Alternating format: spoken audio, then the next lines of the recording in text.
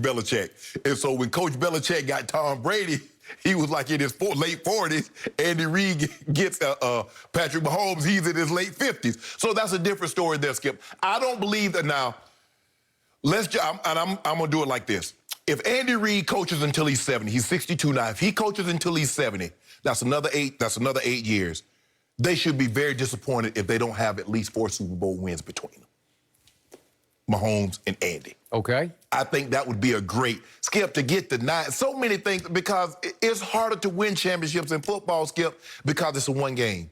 Skip, somebody hits a 55-yard field goal, a tip pass, and it's over. It's not like basketball or series, Skip. You got to beat somebody 4 times. That's different. And for Tom them to do what they did, I don't think people realize how hard it is. You covered the game. I played it.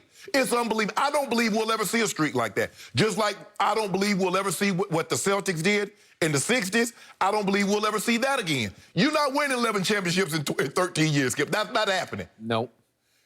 I don't believe we're going to see what the Patriots did. But this might be the closest thing we see.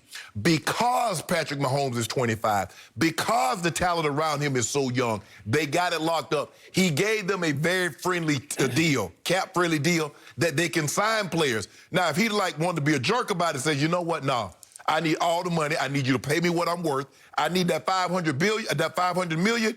I need it to be $200 million fully guaranteed. I need the max value that I can get. But he didn't do that. He gave them deals because if you look at it in the first 3 years, he's actually making less than Deshaun.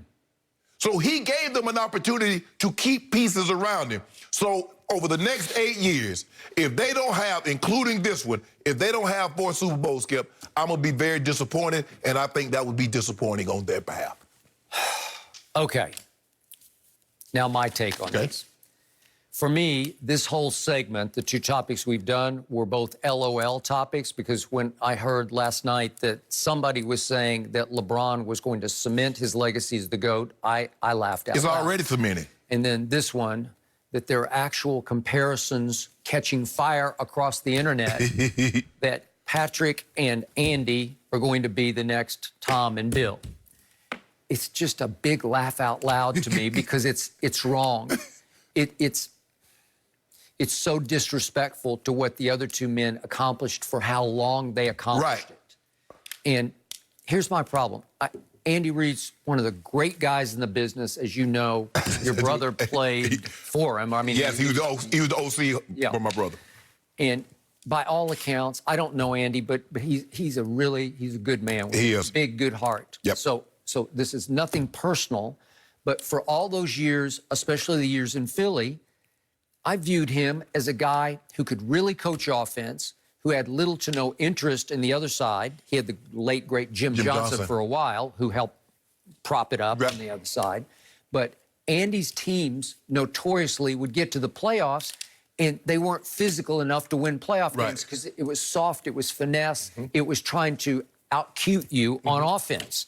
And if you look at his overall playoff record, if you take away the 3-0 last year, the run, he was 12-14 going into last year, which is not bad. It's just not great. It's a lot of playoff games that he got to, but he was sub 500.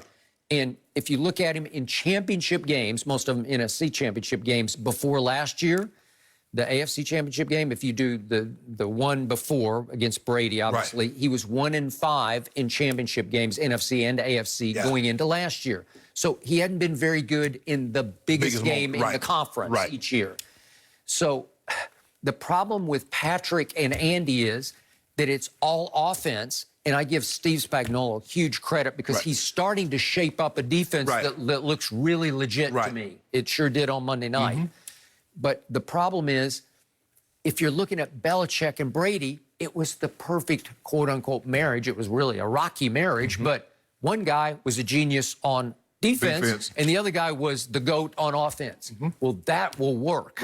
Because the twain shall meet, and you got dynasty longevity. I think the thing is, Skip, is that what Coach Belichick did, he did inherit some very good defensive pieces that were already there. You know, and they drafted well, and you have to do that, Skip, because The Chiefs are going to be in the playoffs, and they're going to have 12-4, 13-3 records. So they're going to be drafting at the bottom. So it's not like they're going to be able to get an Aaron Donald unless somebody slides down in the draft and they're able to get that type of defensive player. So they're going to have to hit. Now they hit looks like they hit on Hilaire, but at some point in time, Skip, you're going to have to start hitting on defensive players, and then Chris Jones is Chris Jones.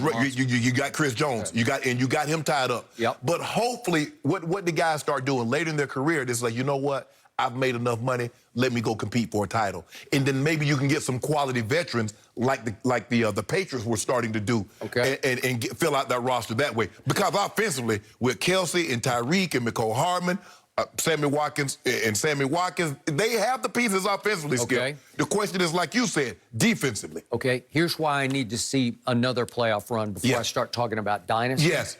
What happened last year? Seriously, they fell shockingly at home behind the Texans, right? Mm-hmm. And they fell surprisingly behind the Titans, right? Yep. Now, they roared back and won both games. Mm-hmm. I got it. But to me, those were bad signs because the Brady teams, they never fell behind at home like that. No. They got blown off the field in the Ray Rice game. That was the one bad game. That was like 08, 09, okay, yeah. Right? That was the one bad home game. Right. But this was shocking where early on in the first half, it looked like they're hopelessly out of it, right? But the thing that Andy has working in his favor, at 25, Brady wasn't considered the best player in football. Heck no. No. This kid is that right now. I got it. I'm going to say it one more time. I love this kid. He is wildly gifted. He's got a great nature and personality. Mm-hmm. And if you let him start having fun out there, you're in big trouble because he has a lot of fun. Yes. Okay, I still look back at this past Super Bowl and I say, I'm not convinced over what I saw. His QBR was middling. It was 64. Right. He did some really good things and he did some not good things because he threw that late third quarter interception. Mm-hmm. They're down 20-10 and he throws a pick. Then he turns right around early in the fourth and they're still down 20-10 and he throws another pick. But Skip, think about it. When Brady came back and beat the league,